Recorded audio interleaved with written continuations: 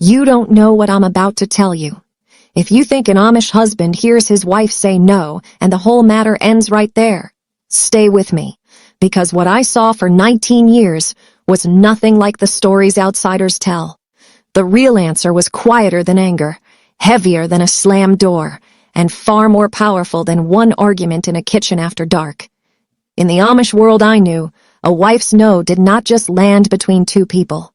It entered the room with scripture, with reputation, with family names, with church rules no one had to write down because everybody already felt them in their bones. And what a husband was required to do when his wife said no was not always what people on the outside expect. Sometimes it looked gentle, sometimes it looked holy, sometimes it looked like patience, and sometimes if you listened long enough, it sounded a lot like pressure wearing a plain coat and calling itself peace. Welcome back to the channel. If you're drawn to the hidden rules, the untold stories, and the truths people only whisper about, you are in the right place. And before we go any deeper, I want to ask you something. When you hear the word no inside a marriage, what do you believe should happen next? Respect? Distance? Discussion? Apology? Silence? Put that in the comments, because by the end of this video, that one small word is going to feel a lot heavier than it did a minute ago. The first thing you have to understand is this. In the Amish communities I knew, no was never just one word. It was never only about one thing. Outsiders hear a title like this, and they jump straight to the bedroom. And yes, sometimes that is part of the conversation. But no could mean more than that. No to another child right away. No to spending money the family did not have. No to taking in more work when a woman was already drowning. No to visiting somebody. No to speaking to the bishop. No to pretending everything was fine at church when it was not. No to one more sacrifice when her body, mind, or spirit had already given too much. That is what made it complicated. Because in a world where people think husbands lead and wives follow, what happens when the wife refuses the path in front of her? And the answer begins with something most people miss. Amish husbands were not supposed to explode. Not publicly, not dramatically, not in a way that made a spectacle of the family. Losing control did not make a man look strong. It made him look weak, careless, childish, unfit to lead a peaceful home. So when a wife said no, the first requirement was control. Control your temper, control your voice, control your face, control the story before it ever left the house. That was the rule beneath the rule. Before anything else, a husband had to keep the family from becoming a scene. That sounds better than what some people expect, doesn't it? But stay with me, because that is where the surface starts lying. Silence can look peaceful from a distance. Quiet can look respectful. A man who does not shout can still carry authority, like a hammer hidden under cloth. In the homes I watched, a husband was expected to remain outwardly calm, but calm did not always mean the wife was free. Sometimes it only meant the pressure had to become softer, more private, and much harder for anyone else to see. So what did he do? First, he waited, or at least he was expected to appear to wait. Amish life runs on routine, and routine is power. You milk, you mend, you cook. You clean, you pray, you work. And when something goes wrong, often the answer is not a dramatic confrontation. It is time. A husband whose wife said no was expected to let the heat leave the room, not because the issue disappeared, but because the culture rewarded restraint. He might go to the barn. He might go to the shop. He might split wood harder than he needed to. He might become very quiet at supper. And in communities where words were already used carefully, that kind of quiet could fill the whole house like smoke. Tell me in the comments if you have ever seen silence used as pressure. Not loud anger, not threats, just a room that suddenly goes cold, and everybody knows why.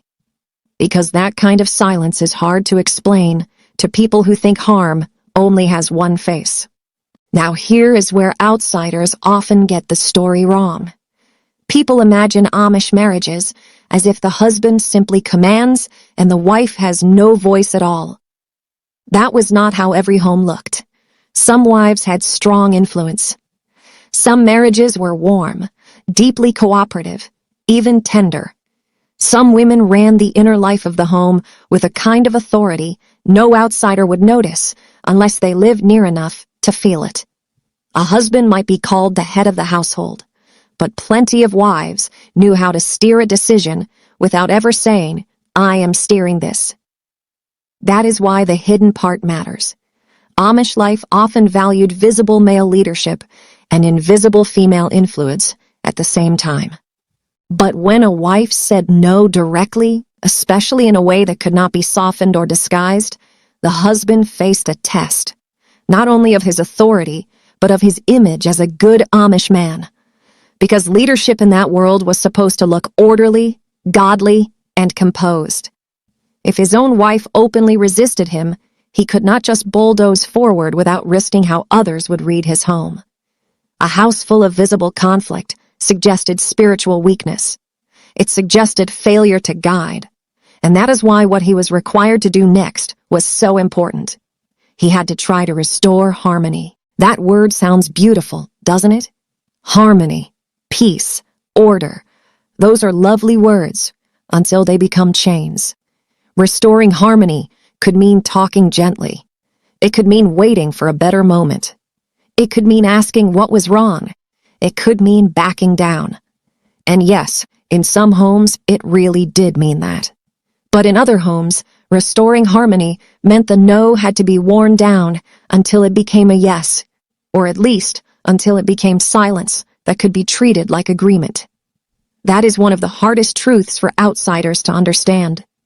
In communities that praise peace, peace can become a performance.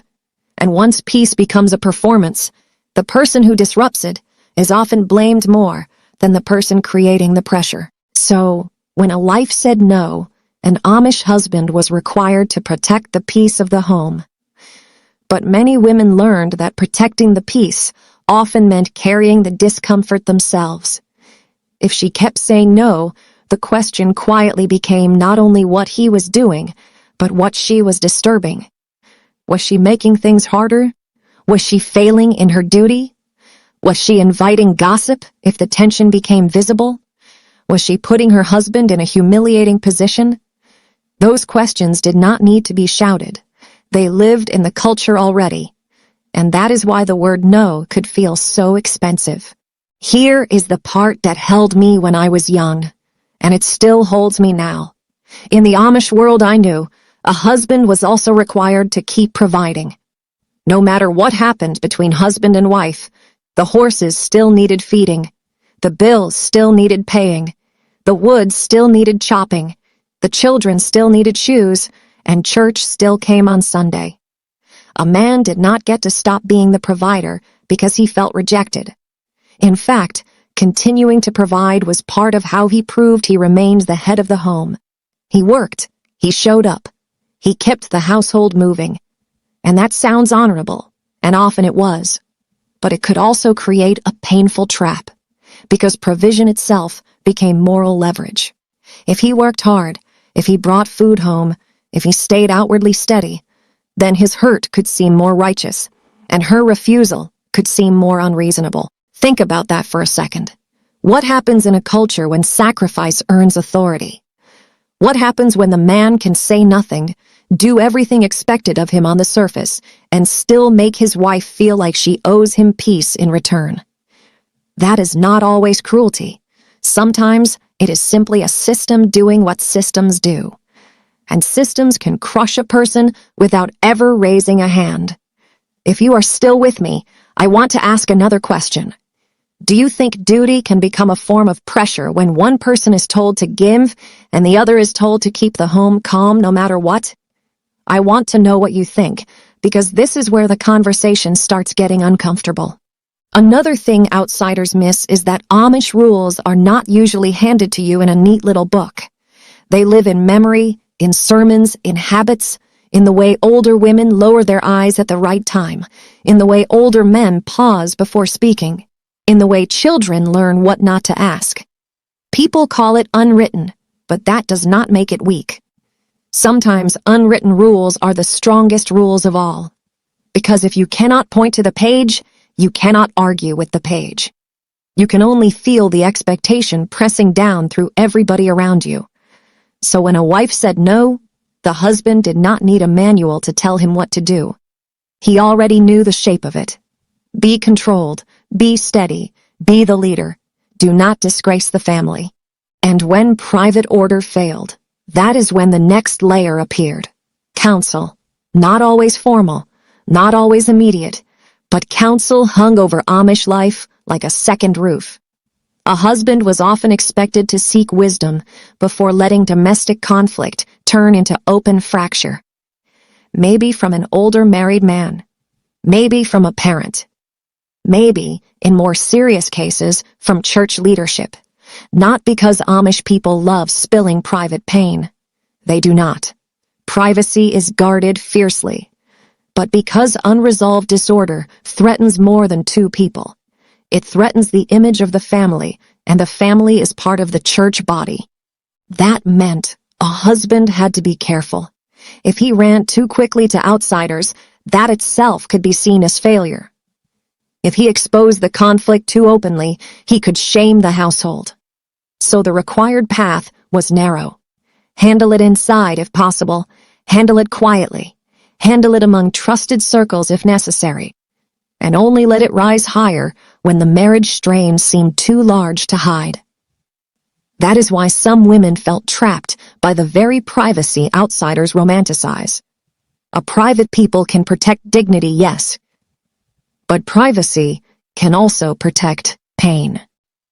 And this is where the story tightens, because if a wife's no was about intimacy, exhaustion, pregnancy, fear, or emotional hurt, the husband could not just act as if the marriage were a machine that should run because vows had been made. At least not in the ideal version of Amish life. The ideal said marriage required mutual service, gentleness, and self-control. The ideal said a husband should not become a brute. The ideal said he must lead with patience. But ideals do not cancel power. They often hide it. A man could believe himself patient while repeatedly returning to the same issue until his wife had no energy left to resist. A man could believe himself loving while treating her refusal like a temporary obstacle to be spiritually corrected. A man could believe himself righteous because he never yelled. That is the kind of thing people do not see in one snapshot. They want one shocking rule, one sentence, one secret ritual. But what I saw was more complicated, and in some ways more chilling. The husband was required to remain a respectable man, while the wife carried the burden of disturbing respectability. He had to look like peace. She had to live inside whatever peace cost. And before you think I am painting every home with the same brush, let me say this clearly.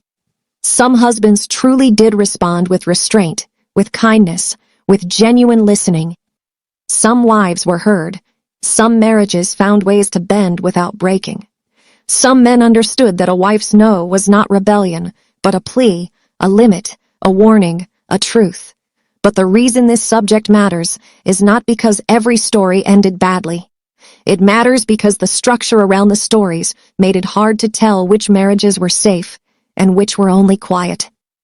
That was one of the most confusing things to witness as a girl. The best homes and the hardest homes could look similar from the road. Same buggy, same laundry line, same black hats, same prayer coverings, same Sunday stillness.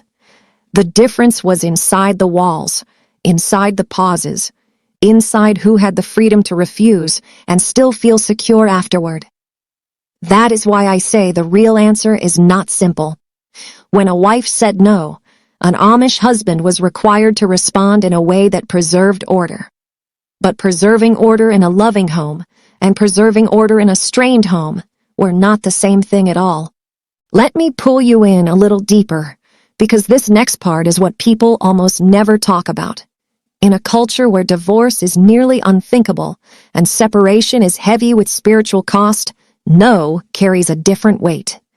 In many modern relationships, refusal can eventually lead to distance, counseling, legal separation, maybe even the end of the marriage. In the Amish world I knew, the path out was far narrower. Marriage was not supposed to be temporary. It was covenant, duty, permanence. So a husband was required not to treat his wife's no like a reason to walk away. He was expected to stay in the marriage, keep the household intact, and continue acting like a man of faith. Again, that sounds noble, and sometimes it was. But permanence can be a blessing only when both people are safe inside it. When they are not, permanence becomes pressure with a Bible beside it. A wife who knew the marriage was not easy to leave also knew that every no was spoken inside a cage with moral language wrapped around the bars. And a husband who knew the marriage would almost certainly continue also knew time was on his side. Have you ever noticed how power changes when one person knows the conflict will probably never become public? That is a question worth sitting with. Because time, silence, duty, and permanence together can do more than anger ever could. By this point, you might be asking, so what was he actually required to do? If I had to say it plainly, I would put it this way. When an Amish wife said no, the husband was required to restrain himself publicly, maintain provision, preserve the family's dignity, seek to restore harmony, and keep the marriage functioning without open chaos. Those were the visible duties. But the invisible expectation was just as strong. He was expected to remain the center of order. And if her no threatened that order, the system quietly leaned toward bringing her back into line, not reimagining the system itself. That is the twist most people never expect. Outsiders imagine the danger is only raw domination. Sometimes, the deeper danger is something that looks reasonable at every step. A calm talk, a longer silence, a reminder of duty, a reference to scripture, a comment about the children, a warning about shame, a conversation after church, a mother advising patience, an older woman saying marriage is hard for everyone, a bishop asking whether forgiveness has been offered. None of those moments by themselves sounds dramatic, but stacked together, they can make no feel impossible to keep saying.